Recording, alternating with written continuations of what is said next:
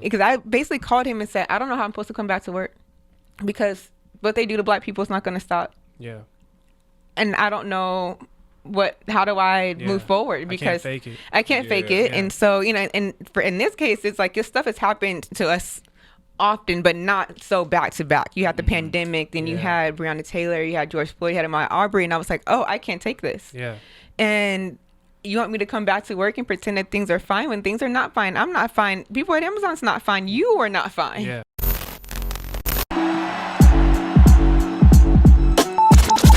Yo, what up? It's your boy Rubino. And this DJ in the building. And you listening to the UpNUp podcast. Yeah. Wait, what are we doing? I don't know, just listen.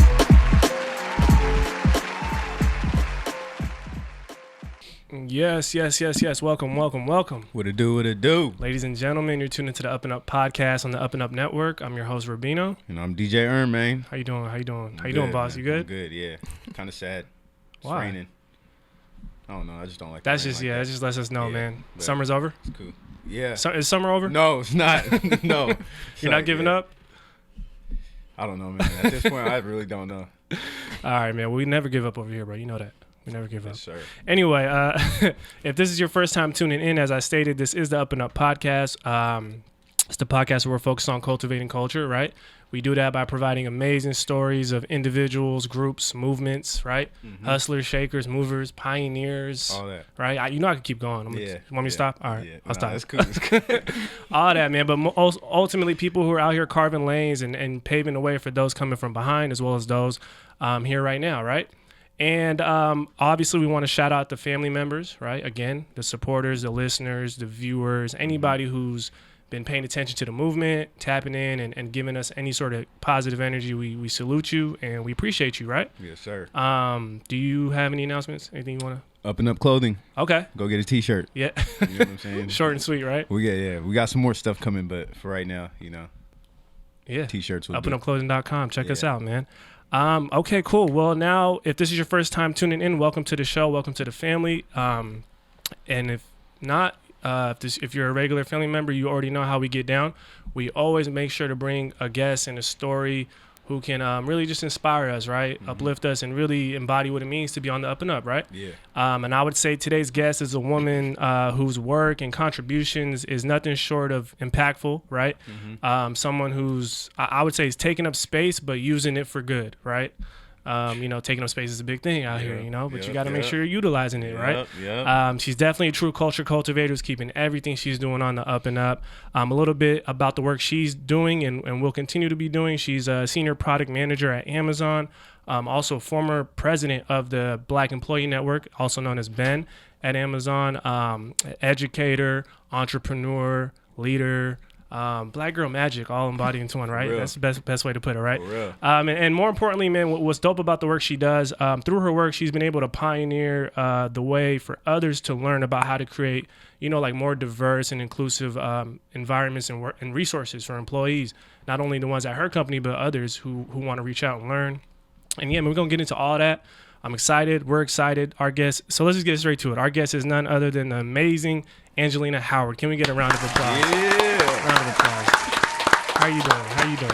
Well, thank you so much for that introduction. I feel so loved and welcome. Yes. So thank you so much for having me. I'm happy to be here. Thank you for pulling up, man. I always say every good album has a good intro. So, You know what? That is true. Right? I never thought about that, but that's facts. Yeah, so we're going to make a good album with this conversation. Come on. Sure. But yeah, how you doing? You good? Feeling good? I'm good. The day started off sunny, so I feel the same way. It's raining, but the sun's going to come out by the time we leave. Let's just speak that into existence. Or it could be snowing. Hey, come on. Okay, don't say that. I'm not trying to be positive. Be like, or snow. I was playing.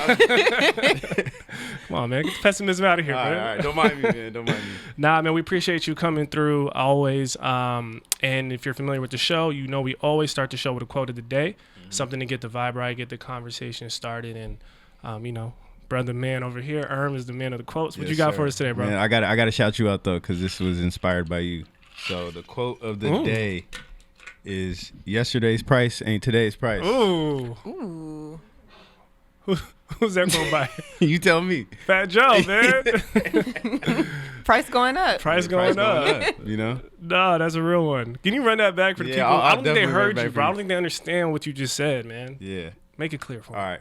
Yesterday's price ain't today's price.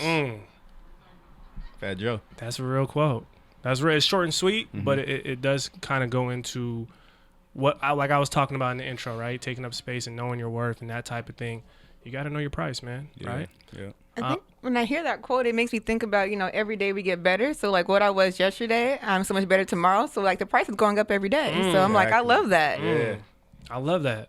I love it. Thank you, Robin. Shout out Fat Joe, Thank man. you, No, I can't take credit for that. Shout out Fat Joe, man. Shout out Fat Joe, man. Now, Angelina, before we kind of get into, obviously we like to get into people's stories and their journeys. But before we do that, for the work you do and kind of like what, everybody, quote unquote, has a job, but it's like sometimes there's more to it that fuels you and motivates you to do the work you do. Where can you say like your inspiration comes from when it comes to really trying to essentially take up that space but make it very useful? I think the passion for me comes from just growing up and not seeing anyone that looks like me do that. And so to just take a step back and realize how blessed and privileged I am to be in my space, like how can I really take up space to your point and make sure that I don't let any of that go to waste. And so I think about the people before me who have helped me get here and how can I continue to make sure that circle, that table gets bigger and bigger. How can I make sure I provide the tools for people to be able to build their own tables? Gotcha. And so I would say that's the passion for me, is that I didn't see someone else doing it, or I seen people doing it. I'm like, how can I do that better so that people behind me can also do it better? Yeah. I would say it's the biggest motivating factor for me. No, that's real. That's real. That's dope. All right, take it back though. So where did you grow up? What was like your upbringing like? Yeah, so I was born in St. Louis, Missouri, and then I moved to Denver, Colorado with my mom. I want to say when I was like 8 or 9. Okay. And I would say I grew up in a pretty much middle-class family, but really shifted my life, and I actually don't talk about this often, is that my mom got breast cancer when I was in middle school. And so I went from, having everything I wanted, any new toy that came out, I had that. Yeah. And then now seeing my mom, sick and realizing that, finances are different, but my mom never showed that to me. And so it really took a moment for me to realize what I can do when I got into high school. So I actually started working. And so I started working. My first job was at McDonald's. And I remember my mom was like, you don't have to work. But I knew that she was doing everything that she could so that my lifestyle didn't change. And I would say that's when I feel like I really started to grow up. And so I would say my upbringing was very much so, I'm going to make sure you have everything that you need and almost everything that you want. To me, making sure that I can get the things that I want, so I don't put that onto my mom. And so I was always told, education is the number one thing that you need to do. And so I was the first person to go to college in my family, a first generation student. And so I went to Colorado State University. Hey, and shout out to go Rams. Okay. And so I think that also kind of motivated me to just, how do I take care of myself and take care of my family and not be dependent on anyone? So I think that was kind of a big part of my upbringing, is that, grew up in a middle class family, health issues, which you don't talk about a lot, definitely impacted and shaped, how I start to navigate the world. And then, I graduated from Colorado State, and then I moved to Seattle, and I've been here ever since. I think, and it's interesting too, because I feel like when you reflect on kind of like your upbringing, like in the moment, sometimes things can be like, oh man, like why me, or why is this happening to me? Did you never wondered that. Yeah, right. Did you get a sense of like understanding like, yo, this is making me better, this is like helping me, or this is challenging me to want to do better and kind of excel and challenge myself at that time? Honestly, no. And I think there's something that I realized about myself, is that I'm not someone who like sits in the moment and is really reflective. So I feel like when I found out that my mom was sick, I didn't cry in front of her. I was like, oh my gosh, my mom is sad and what can I do? So now I have to be strong. And so I feel like I was just kind of, when things happen around me, my first thought is, how do I fix it? How do I resolve it? So I don't think about like, why me? It's just like, all right, cool. So what we got to do? We got to make it shake. And so, all right, my mom is sad. How can I just love her? How can I hug on her, make sure that she knows she's beautiful? Okay, now I'm seeing that she's working even harder. Well, how can I go get a job? So I never thought about, me. And I think that's the same way that I am today. I think I'm starting to be a little bit more introspective, but I've always been, hey, here's a problem. This is happening around me. How do I fix it? And you were doing it already, right? Just in a different form. And it just manifests itself to what you're currently doing now. So I think that we talked about that in the last episode, how sometimes we can draw connections to who we were when we were younger to what we're doing now, and everything kind of makes sense, full circle type of thing. So that's dope, man. That's dope. I love it. Yeah. So what were like some of your, I guess, early influences, interests, like growing up, like hobbies or whatever it was? Yeah, you know that thing called MySpace? Oh, man. Shout out MySpace. Yeah. Oh my gosh, I remember when MySpace first came out, I would be in the basement, we had a computer, and I would just be down there making all of my friends' profiles. And so I just started learning HTML on my own because, I'm like, I want to figure out how to have the coolest MySpace page, or I would get the new song, and I'm like, I want to hide it on my page so no one else can get my song. And what a time. What a time to be alive, for real. Yes, I would say, those are like my early hobbies when I was younger. It's just really just, and I didn't even know if that was considered coding back then. Had I known, I would probably be an engineer. But I'm like, just really piecing things apart, being deep into Photoshop. I would say those are like my early kind of hobbies growing up. It's just that, and I love history. I still love history to this day. Earlier today, I was watching a World War II documentary. Is that nerdy?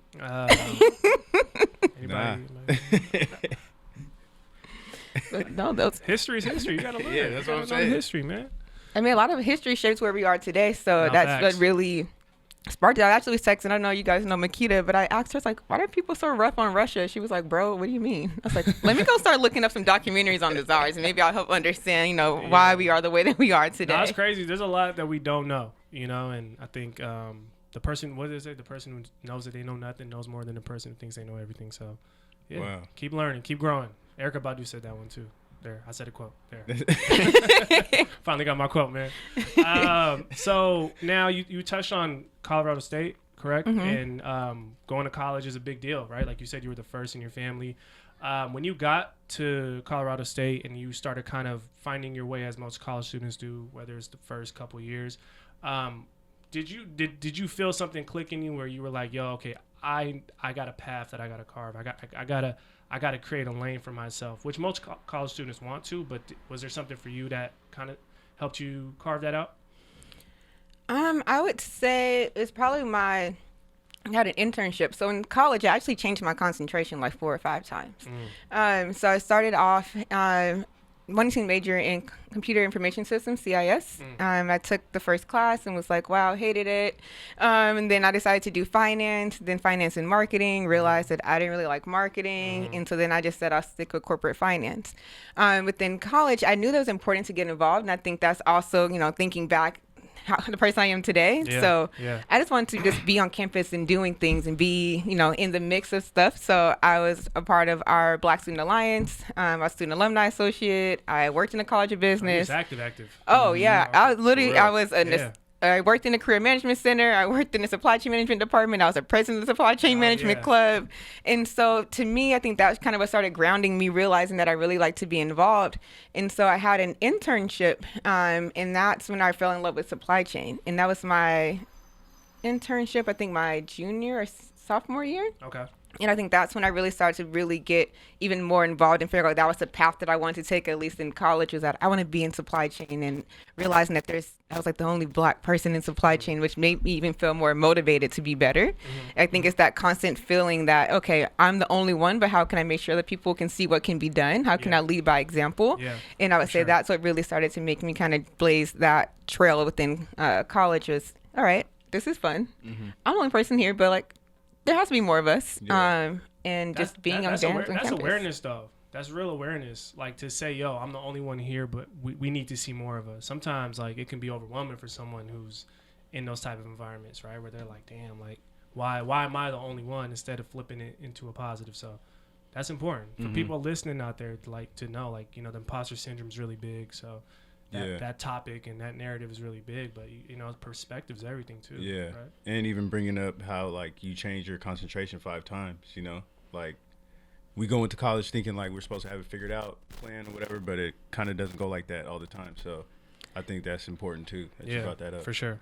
Yeah, I think when I first started starting, I wanted to do CIS because I saw what those salaries looked like. And I was like, well, that sounds great. Yeah, right. But I started to realize, you can't work somewhere every single day and not be happy. And so I'm like, okay, I'll do finance. I'm like, I'll do investment finance because, they get the nice offices, work on Wall Street. And someone was like, I don't think that's your personality. You're too nice. And I'm like, oh, are they mean? I was like, okay, I don't want to do that either. And so I started to really value, what my life will be. So like, I want to make sure that I enjoy the work that I'm doing and also get paid well. And so taking the different classes is like, okay, this marketing class feels more like sales, and I don't like sales, so I'm not going to do that either. And so it's really figuring out, okay, corporate finance, I like numbers. This seems like it'll be, a good thing. And then once I actually switched to to supply chain management my second semester, my junior year. Yeah. And my senior year was just like packing in all those classes, but I didn't care because I actually enjoyed it. It didn't feel like coursework. It's for the first time in school that I actually enjoyed going to class and enjoyed my projects. Yeah, no, that's real. And that's a big thing too. I think for people, it's like I always say, like, it took me a while to figure out what I wanted to do, but I had to learn about what I didn't want to do, right? So you got to know what you don't want to sometimes, and you establish that through trial and error. Sometimes people think you're going to get it on the first mark or the first try. It's like, I think some people also get stuck in feeling like, okay, I've been doing this for so long, and if I switch, now I got to start all over. Yep. And I think we let time, especially age too, tell us what we can and can't do. So we get afraid to switch career paths or do something different. But like I said, we spend too much time, especially when it comes to like working our professions, to not enjoy it. Yeah, so if you need to pivot, go ahead and pivot. Yeah, for real. It's like, man, like you said, we're getting better. It's about getting better. I kind of like try to eliminate certain language from just my daily conversation. So like getting older is something I don't like to say. We're getting wiser. We're getting better. The price is going up. I'm going to start saying every morning I wake up, be like, wow, the price just went up. Yes. It's not yesterday's price, for sure. So now that transition into obviously graduating and then going into the working world, right? So you initially got into Amazon out of college, correct? And so when it came to like the product management space, usually people get into their first job and they may not enjoy it, right? You already kind of enjoyed it prior to getting into it, but what kind of kept you engaged and like really inspired you to want to keep growing and excelling? Aside from, obviously you want to get paid more, but was there something else that like kind of made you say, yo, I gotta go hard at this. I gotta be the best at this? Yeah, it's actually an interesting fact is that a lot of people are like, oh my gosh, you got into big tech, on the first try. And I didn't even consider Amazon a tech company. So everyone's like, how did you get into tech? I was like, honestly, I thought I was working for a supply chain company. I almost didn't come to Amazon, actually. I was like, I'm going to work for GE in Denver. And my professor was like, no, you're not. No, don't do that. But what really, getting to Amazon and realizing like, oh, this is actually a pretty like unique and rare experience. It's like, okay, well, it goes back to again, okay, how can I do this and make sure that I do a really great job at it? Yeah. I remember, going for days not seeing especially a Black woman at Amazon. So that definitely motivated me. There were times where I definitely felt like I didn't belong there. People in my cohort, a lot of them went to Ivy Leagues. Everyone's going around the table like, oh yeah, I went to Harvard, I went to Yale, I went to Boston College. And I'm like, woo, go Colorado State, land grant. You got to rep that. Yeah. And I also flipped and was like, wow, I'm not in debt like you are, so it's cool. And we made it to the same place, so it's okay. That's a message right there. I'm like, you went to that school and I went to this school, and here we are at the same table, and I know that we all got offered the same amount of money, and it's all good. Yeah. And so having those moments where you kind of find, the silver lining and things was really important once I first got there. But what really helped motivate me was Ben, honestly, the Black Employee Network. When I moved to Seattle, I didn't know anybody. And there was actually, I think that year, it was the same year that Mike Brown was killed. And so imagine being in the city, you don't see a lot of Black people unless you know Black people. Now you're in this community and having to, call my family and friends and talk about it. But I was alone. Yeah. And so I remember eventually meeting Rabina Broomfield, or Rabina Valashia, because she got married last year. And she was the president of Ben, and she really helped bring me into the fold. And actually that's how I met Anthony Kerr and everyone. Okay. And so once I had Ben, that made me feel like I actually had a family, people who are going through the same things as me. Yeah. So once I had that community, then it was like, all right, let's go. From a professional standpoint, like, all right, I'm enjoying this work. Again, making sure you move when you're not enjoying the work that you're doing, but I was having fun. Yeah. And then, it's understanding all the different opportunities at Amazon and taking advantage of them. And so I came in as a brand specialist, and then I moved into an in-stock manager role, and I got promoted. And then I wanted to be a PM. Did not know what a PM was. My manager was like, cool, what kind of PM? And I was like, Aren't they all the same? Yeah. And he's like, you want to be a program manager, product manager, project manager. And I was like, I don't know. All I know is that everyone says the PM is a new sexy role. So I want to go do whichever one is that new sexy role. I'm ready for it. Let's go. Yeah. And so I just continue to explore different things. And that's what's kept me motivated. I love it. Yeah. So, like you said, like PM, that's like means product management, program management, whatever. So what's product management exactly for the people that don't really know? So product management is the real PM. I'm just going to say that out there. Everyone else, every auto program manager is going to be in my inbox. Like, first of all, rest of y'all imposters out there, man. Change it up. Product management is really, and people have their different definitions of it, but I consider it kind of being in that intersection of business and also tech. But overall, you are the voice of the customer. And so you're taking whatever your customer is, whether you're working on internal projects or external projects. In my case, when I first started, I worked on our consumer website. So understanding what is a customer problem when you're searching for a video game, and how can I make that better? So now I'm working with our UX team, figuring out, what are the things that customers are looking for? And then now that I understand what the customer problem is, how can I tie that to the business? Okay, how can I solve their problem while also making sure we're generating revenue, while also making sure the engineers, one, can do it, what we want to do, but also will they enjoy it? And I think that's one thing that I enjoy about being a product manager is that I like partnering with my engineers versus being like, here's my new requirements, go do it. It's like, hey, what is something that you need for your development? Or you want to work on more front end stuff? Well, here's this project for that. Or you want to work on more back end things? I have something for you to do that too. And so I would say a product manager is really just, taking that holistic view of a customer problem and then kind of figuring out how do you touch on all these things. There's definitely aspects of it that's project management-esque where you kind of have to manage different things. If you're lucky, you get a project manager or TPM on your team, so you don't have to do it. But I would say that's kind of how I view a product manager is really, being an intersection of tech and business, but making sure that number one is your customer, you're being the voice of them for them. I love it. Dope. And it's like you said, I think that's important. I don't want to overlook that where you're talking about partnering with the people you work with or, collaborating, right? Those things are important instead of kind of just delegating stuff and like, oh, go do this, go do that. I need this done. And I think that sometimes people may come into a position of power and they don't understand the role in which they're in fully, right? They know the job, they know the task, they know what they need to do, but working with people is a whole nother thing, right? So I think that's something that you definitely showed there. Is like, I know how to work with people. I know how to understand people. Is that important for that role? I mean, for most roles, it probably is, but. I think it is because that's how you develop trust with the people that you're working with. But I know I want people around me to care about me personally, but also professionally. So if you're just asking me to work on stuff that's not going to be helpful for my career, it's like I can do it, but like you are just looking out for yourself. Versus like, how can I make sure that we're all, striving towards the same thing? So like, I don't know if you're working on a promo and maybe the reason why you didn't promote it last time is because you didn't work on something that wasn't super technical. I'm like, well, I need to work on technical stuff too. So, let's figure out what we can do that's going to deliver for our customers, but also help you professionally and help me. And I think that's in my product role, but also within Ben. Okay, you want to come out and be a part of the board? What is something that you're good at? What's the area that you want to improve on? Okay, let's make sure that I'm helping you build on that. And I think that's important just in general. Just how can we help each other versus being like, look, I need this, so you need to go do this for me. And if you do that for me, maybe this will open I got you next time, and hopefully leading amongst the people and not in front of the people, right? I like that. Now, as far as product management, like I'm honestly like I don't really know much about it. I try to study a little bit before this interview, but obviously, when it comes to road mapping for products and whatnot, for you, like, what would you say is it more about researching data or is it more about kind of like real life customer feedback? Like, how do you balance that as far as what decisions to make? I think it's a combination of both. Okay. For me in my previous role, it was really first starting with the customer. So getting that real tangible feedback. And then from there, how do you leverage that and then tie it to data? So like, okay, customers say that they don't like, they want to see video on the page, for example.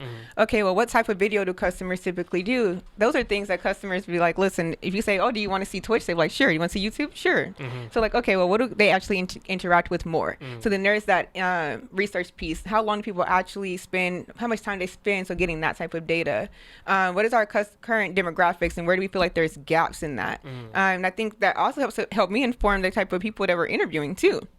So now it's like, hey, like, who did we interview? And they're like, oh, we just interviewed 5 people. I'm like, okay, well, what ages were they? What genders were they? What do they identify as? What regions are they from? And they're just like, we just asked for 5 people. And I'm like, we just need the numbers. Okay. So then this also helps you as a product manager. Again, it's like your responsibility to make sure that you're doing the best things for all of your customers. If they're not all represented, what can you do?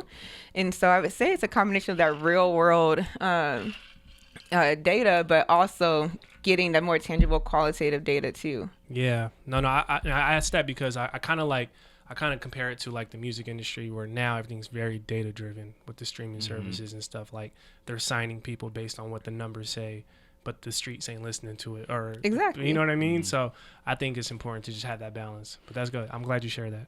Yeah, I think a lot of people start rolling out projects because they're like, oh, this is what I think is going to generate a lot of money. And people are like, I don't even know y'all launched that. Like, I could care less. And it's like, okay, maybe you should talk to them and then, use data to help make your case stronger, help redefine what that feature looks like. I got you.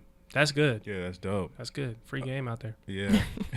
So, let's say I wanted to be a product manager and I was like, hey, what are the first steps that I need to do to become one or trend towards that way? What would you tell me? I think it depends on your background and kind of where you're coming from. So I would say, what I tell a lot of people who say they want to go into product management, I actually have a blog on this on my website, is that people can, I think it's look at some of the different product roles that you see that you're interested in and look at the qualifications. And so I didn't go directly into a product management role. What I did was I found one that utilized some of my previous experience that I had. So when people do go-to-market strategy, it's a big part of product management, cross-team collaboration. And so I basically would say, look at those roles and see what you have done in different, roles or experiences and really tie those things together. And if there's major gaps, figure out how you can take some of those projects in your current role, or how can you find a different role in the time being to kind of fill some of those gaps and kind of go from there. It's really how do you sell yourself and getting that experience. You can also go to different like product school has a lot of different resources. University of Washington now has a product management center that has a lot of great resources. So I would say utilize a lot of the free resources or enroll in some of those certification classes, but also really just start looking at different job descriptions and figure out where those gaps are. And that's what I did. I was like, listen, I haven't had a product manager role title, but I've done all the things that you have listed here. I just need the title. And that's how I got my first product management role. Man. That's dope. Pick it up, man. Pick up the gems. That's real. And then I also was curious. So you focus on creating more inclusive products, right? Like, what does that necessarily mean? Because is that like inclusive, like for the consumer, making sure the consumers are like who aren't being, I guess, like you said, considered are being considered. Is that what that means, or is it am I way off? No, that's one of the aspects that I think about when I think about building inclusive products. I think it's twofold. I think it's one, when you're building a feature, how does it impact diverse communities? And so one example that I worked on was launching Twitch Live on our detail pages. I was very, very adamant that it needs to have closed captions.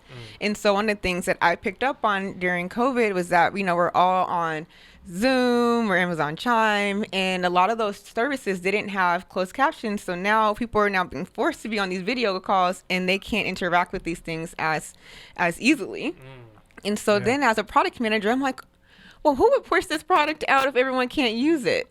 And so it started making me think about how can I make sure that as a product manager, I'm not pushing things out that it's exclusatory to people. How can I also, again, leverage, the spaces that I'm in to encourage everyone else to start asking that question when you're building out requirements, is that when you push this out, is this going to disenfranchise anyone? So I think that's one way that you can think about inclusive products. But then the second one is what you talked about, is how can you build products that are for someone exactly? Gotcha. And by me building something for this particular group does not mean that I don't care about you. It means that I'm building something for them and I'm celebrating them. That's great. And I think I see you and I know that you have a unique need, and I'm going to build an inclusive product for you. And so how can we make sure that we're also doing that and making sure that, you oftentimes hear people give the whole, you invite someone to a dance. I like the example of, we don't want, especially the Black community, we don't want you to just have a welcome mat for us. We want to be invited. But then once we get there, make sure that you have, food and music that we like. And so it's not enough to just invite me and I come in and be like, so you didn't even consider me once I got here. And so that's how I think about inclusive products too, is that it's not just saying, hey, you can use this too, but saying, you know, I want you to come here and look, I made this for you. I did my research for you. Personalized. Yeah. Very personalized. I like that. No, that's good. And so going into, you mentioned Ben, the Black Employee Network, right? So like from your perspective, and I think a lot of people can probably learn from this, but what was it like to have to be a part of that and kind of help build that while also having your other job duties and tasks to do? Because I think a lot of people struggle with, like, I want to do more, but I also have a lot on my plate. What was that like for you, figuring out that balance? Yeah, so I was a part of Ben, I want to say since 2018. I was the networking director.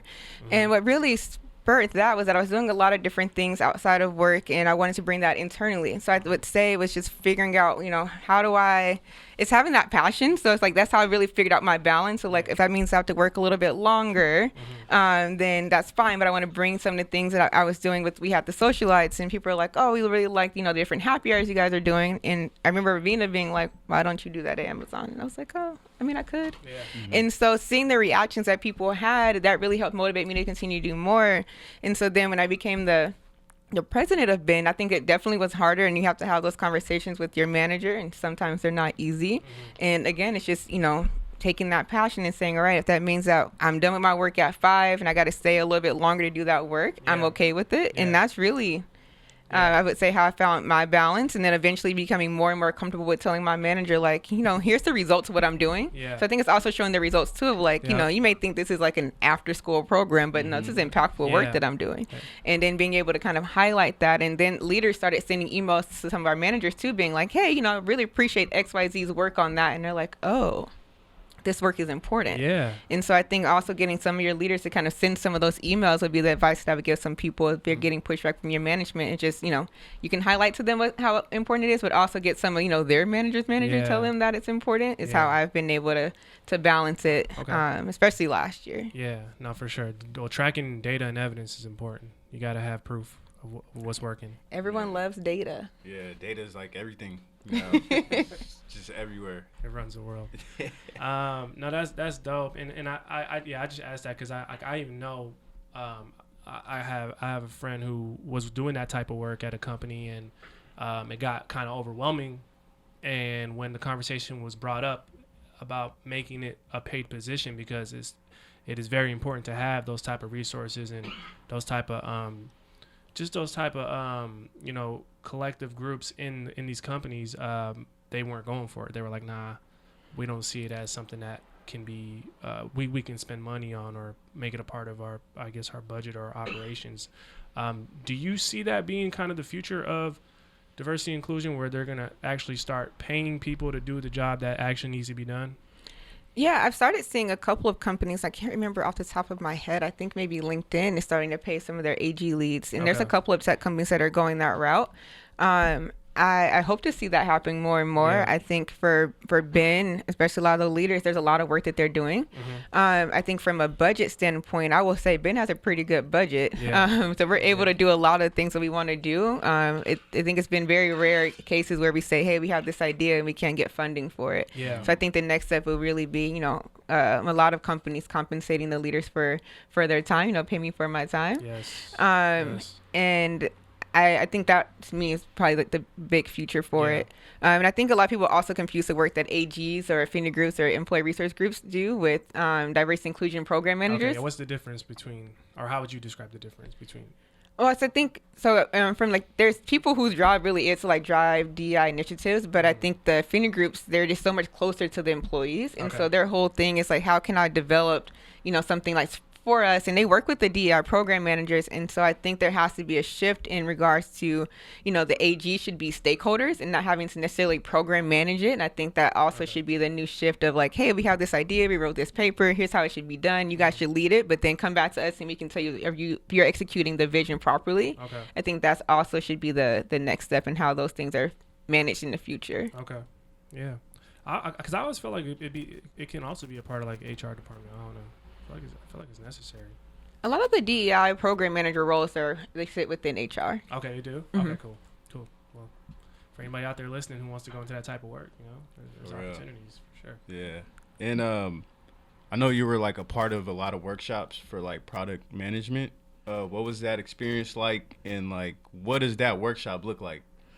Yeah, so the University of Washington's Product Management Center, they just started, I want to say last year. And so they had their inaugural Inclusive Product Summit in May. And so they asked me if I wanted to be one of the keynote speakers to kick off. And I was very excited. It was like, me? And so the workshop kind of goes over what I just mentioned around, you know, how it's a product manager's job to make sure that we're pushing out the appropriate products into, you know, the community or to your customers. And so the workshop really goes over what is product management, what is your role, and provides some useful tips for people to follow. And so I did that for University of Washington, and then I'm going to start doing my own. Hopefully shooting to do that at the end of this month or beginning of October, and start to just really, you know, help provide people with more resources and how to become better product managers and making sure we're building inclusive products, an inclusive tech future. And so I'm really looking forward to having my first workshop. That's dope. And then people can register to sign up for that, right? Yes, you can register on my website, angelinahoward.com. Subscribe to my newsletter, and I will send out a link for that. But yeah, it's just really helping people. I get DM'd all the time for people asking me, how can I get into product management? I also get a lot of questions around how can I build DEI initiatives? So like, hey, you launched these things at Amazon. How can I also do those things? So definitely starting to expand my services more so I can do things at scale. Yeah. Mm-hmm. No, that's important. Could you have foreseen doing this type of work maybe when you were younger, like knowing like, yo, like, you know, sometimes you'd be like, yo, I was built for this. Like, do you have those moments?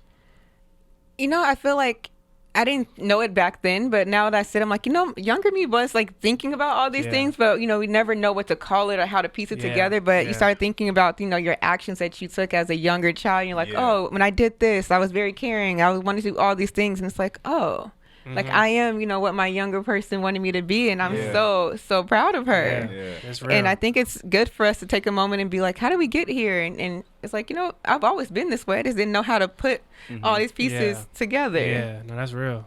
Yeah, we talk about that stuff all the time. Yeah. Like nothing's really a coincidence. It's kind of like you put yourself in position to like that's why you're here now, or like where you're at now. You know what I'm saying? Yeah. So, yeah. I think it was written. Yeah. That's what they say. Yeah, I think I touched on this. I was on a panel recently, and I think about what happened last year with in 2020. And I remember having a time where I literally was like, I don't know, I can't do this. Wanting to just hide. And had to remember, like, I'm here for a reason. You know, God placed me in this place for a reason, and really just making sure that we walk in our purpose. So nothing's a coincidence. You know, everything has been laid out for us. It's a matter of us stepping into that room when it's time for us to step into that room. Come on, man. Preach the gospel. You know what? And you were touching on, because I'm glad you brought that up, because I actually did notice that you attended the summit, Black Girl Magic Summit at was it Boss Women Media? They put that together, right? And you did touch on it. You touched on following the George Floyd murder and then what came after that, about being in a leadership role, but then showing vulnerability and like understanding like, yo, it's okay to be vulnerable as a leader, to know how to come up with the solutions for those, right, who need help and need assistance. So I guess can you kind of touch on what you were able to learn from that experience? I mean, obviously it was tough, you know, but being a leader is not easy for a lot of people, and so it's okay to be vulnerable sometimes, right? Yeah, it's okay not to be okay, and then to admit that. And I think Nikki White kind of touched on, like, you know, being vulnerable is the new leadership. And so I remember during that time, I touched on it at the panel in May. I was depressed, and I didn't even know I was depressed. I think it's before we all started talking about what our mental health space was. And I remember one day literally being on a call and getting off the call and like throwing my headset off. And I remember I kicked the shit out of my chair. And I remember I actually had a dent in my den from it. And I remember just screaming and crying, and I didn't know why I felt that way. I literally I never felt my body just be so out of control. And so to figure out how do I go back to work after that, and I remember I actually called one of my mentors. That's why it's also good to make sure you have mentors. And I called him, and I just cried. And he just let me cry. And he's a VP at Amazon, and I was like, I'm sorry. And he was like, call me whenever you need to cry. He's like, because we all have to get that out. And he's like, you crying is fine. Because I basically called him and said, I don't know how I'm supposed to come back to work because what they do to black people is not going to stop. Yeah. And I don't know how do I move forward because I can't fake it. And so, you know, and in this case, it's like this stuff has happened to us often, but not so back to back. You had the pandemic, then you had Breonna Taylor, you had George Floyd, you had Ahmaud Arbery, and I was like, oh, I can't take this. Yeah. And you want me to come back to work and pretend that things are fine when things are not fine? I'm not fine. People at Amazon's not fine. You are not fine. Yeah. And so I really needed him to help me understand how do I move forward. And he's like, you know, you take the time that you need. You recognize that you need time and space. And he's like, and you call people like me who, when you need someone to speak life into you, I will speak life into you. You are a great leader. You are capable. And whenever you start to doubt yourself, I remind you that you're amazing. And that to me was like pick me up that I needed because I'm like, I can't do this. He's like, you can do it. He's like, are you always going to be 100%? No. He said, but at the end of the day, who you truly are, he's like, you got it. And it's fine. He's like, you want to cry? Cry. Yeah. It's okay. Yeah.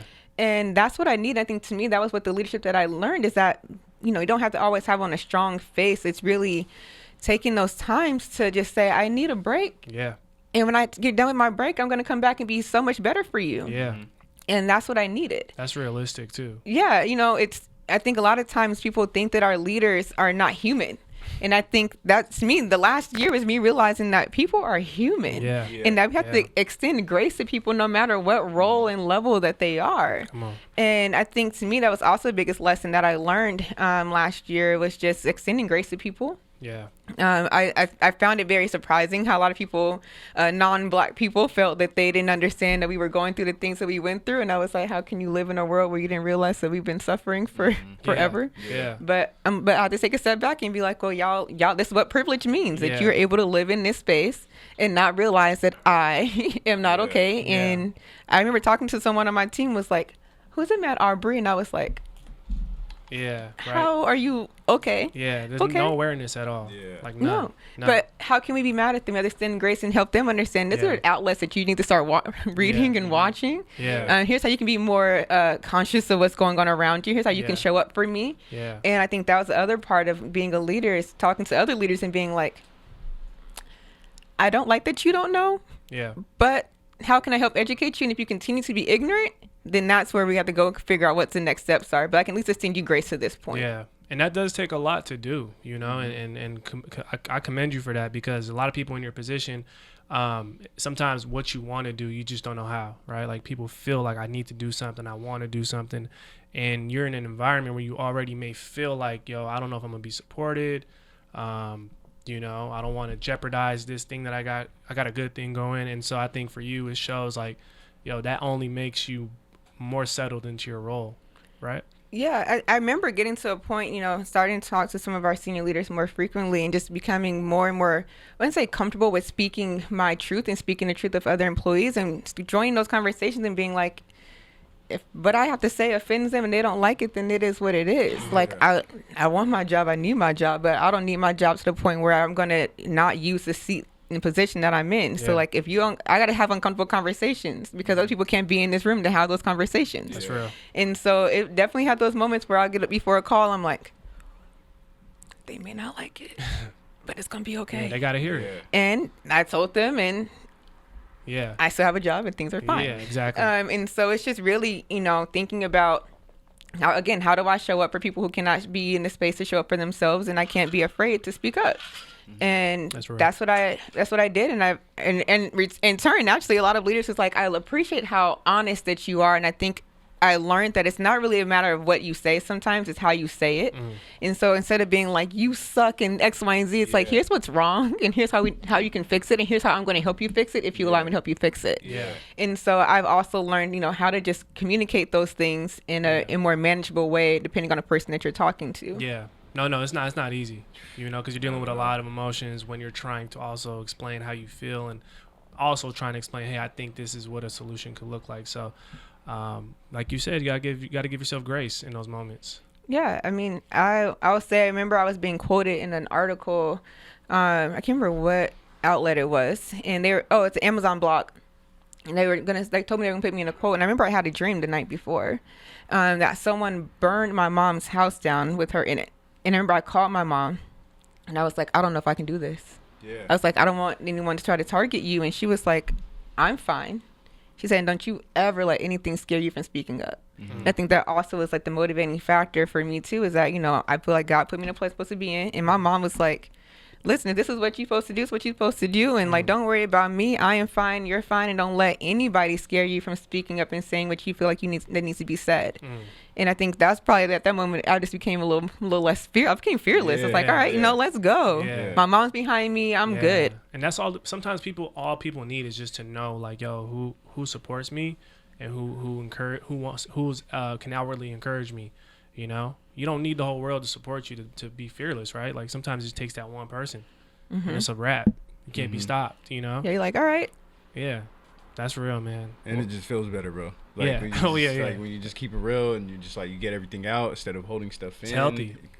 It's healthy. It just stays up here, and then it's like it's not good for you. But when you get it out, it's definitely dope. It's good, and I think again, more companies and higher ups at companies will learn to be more receptive to people just expressing their truths and understanding, like, yo, I have a job to do, but like you said, we're all human here, so let's take everything take everything into consideration.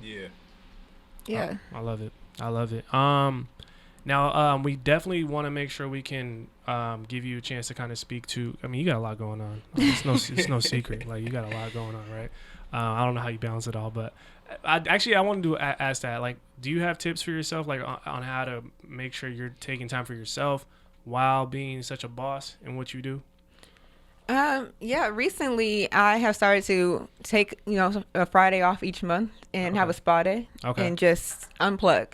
Nice. And so to me, that was like this is truly a me time. Yeah. I want to go. That means I'm getting a massage. That means that I'm just going to just have a full blown, just go get into like a hot tub or something. And that has definitely helped me from a mental health standpoint. Nice. And so I would say that's kind of how I balance just like my mental health.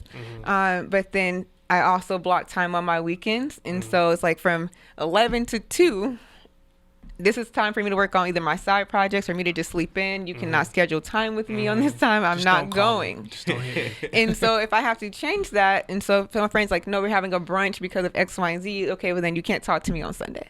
And so it's really finding that balance and really holding true to that. And sometimes I don't hold to it like I need to, but that's really a way that I've been able to kind of do a better job of balancing things in my life, and also learning, you know, to say no, figuring out, you know, is this something that's going to help you and me, or is this something that you're just pulling from me? And if you're pulling it from me, for what? Is it just for you, or are you making sure there's something that's going to be more impactful? So I think it's also now me being more intentional in the things that I'm doing in this space that I'm entering myself into, because not all spaces are healthy for you either. That's real. And so it's just really, you know, taking care of my own mental space, making sure I still show up for people, but also by me showing up for you, how are you showing up for others? Or by me showing up for you, is that detrimental to me? And I think those are things that we all have to learn to be a little bit more selfish, especially as we get older. That's real. Gotta know. Or as we grow, not as we get older, as we grow. As we get better. As we get better. As the price goes up. As the price goes up. Nah, for sure. I just asked that because I you know, a lot of people who listen to the show and watch the show, you know, they're hustlers, they're grinders, you know, in their own right. So, but it is important to put that out there, like, you know, the whole mantra, like, no days off. Grind. Days off. Yeah, right. You gotta have a balance, and you gotta take care of yourself along the way, because it's about the marathon, right? It's a marathon, not a sprint. Now, but we do want to touch on some of the things you got coming down the line. You wanted to touch on we were talking about Spectrum 31. Yeah, so Spectrum 31 is something that one of my close friends, Rabina Balashia, we started working on it actually right before the pandemic. And it started off as an idea of like, oh, we need a Black and Tech apparel line because, you know, we only put these shirts together during like Afro Tech, and we need something that really speaks to who we are. But then it really kind of to spur into, you know, how can we, especially during the pandemic, and you started getting people asking Black people to sit on panels to talk about what it feels like to be Black in tech. And I'm like, that's great. But, you know, we work in tech because we have actual skills and expertise. So it'd be great if you asked me to talk about that. And so we really started figuring out how can we develop a platform that, from on one aspect, you know, does have a Black and Tech apparel thing that, you know, it's for us, by us, to really highlight, you know, Black techies, because I do think they were pretty swaggy. But then you also have the side of how do we really provide a platform for, Black people in tech to really talk about who they are and what their experiences are and how they shape the type of product managers, engineers, accountants that we are. Because working in tech also isn't just being a software development manager either. Yeah. And so that was really the vision for it. It's just how do we, I think the best example that Ravina and I give is that we're both product managers. We're both Black, and we have different experiences in our lives. I grew up in, Colorado. I grew up in a, middle-class family. Ravina grew up in Southside Chicago. So the way that she approaches problems is completely different than me, but on paper, we look like the exact same person. She's a president of Ben. I was a president of Ben. That's right. But we're different people. So how can we highlight these differences, but also share how they shape the type of PMs or engineers, accountants that we are? And that's really the purpose of Spectrum 31, is that, we have unique experiences. We all have a creative expression. So how do we highlight that beyond just, oh, can you tell me what it feels like to be Black in tech? Yeah. No, that's real, man. We gotta break through all that, you know, the surface, and get to what's real and what's unique about everybody. I like that.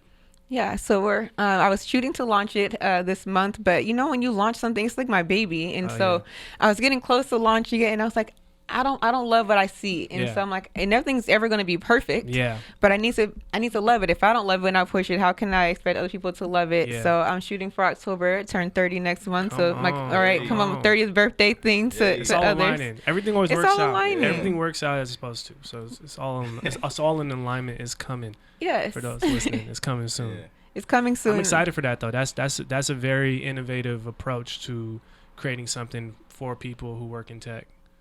Yeah, I think we have unique stories. The way we do things is completely different than others, and we have a story to tell, and people just don't tend to tap into our stories, so we have to tell our own stories. Yeah, not for sure, man. I like how you brought up, well, I'm going to just talk about patience and, like, starting something, you know what I mean? Like, a lot of people want to start something and then just, like, go, and just go, and just go, and then sometimes you got to take a step back and be like, time might not be right, or I got to do this, I got to refine this, so...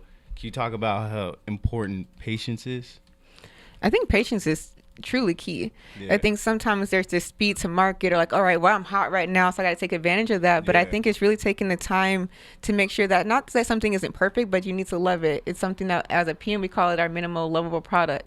Is this my MLP right now? Is this what I can, push out and make sure that it's for people to love? And I'm not just pushing out because people may like me and they just come buy it. And so I think having that patience and making sure that you're doing things on the right time is truly key. And I think by doing that, your community will thank you for it. Yeah. I mean, you'll thank yourself for it because you'll feel good about it. That's real. Yeah.